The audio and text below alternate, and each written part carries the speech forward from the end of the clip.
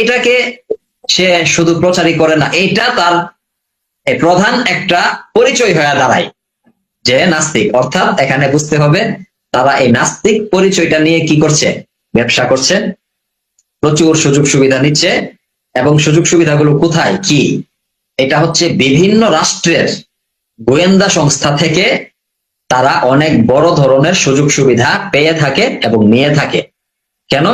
কারণ রাষ্ট্রীয় পলিসিগুলো, অধিকাংশ রাষ্ট্রীয় পলিসিগুলো এমন যে অন্য দেশকে শোষণ করে, অন্য দেশের উপর হত্যা জুলুম করে তাদের টিকে থাকতে হয়, প্রয়োজনে তারা অন্য দেশকে দখল করে টিকে থাকতে হয়, দখল করতে হয়।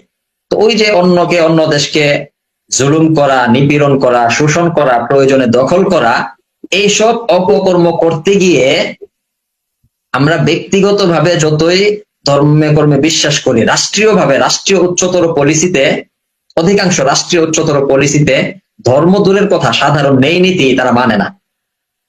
রাষ্ট্রের প্রয়োজনে তারা হত্যা, যুদ্ধ, এমন কোন অপকর্ম নাই যে তারা করে না।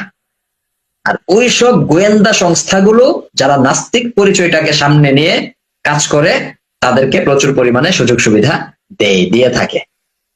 তো এই হচ্ছে নাস্তিকদের, স্বঘোষিত নাস্তিক বলে আমি এদেরকে, এই স্বঘোষিত নাস্তিকদের এই বর্তমানে বসবাসের বিষয়টা। তৃতীয়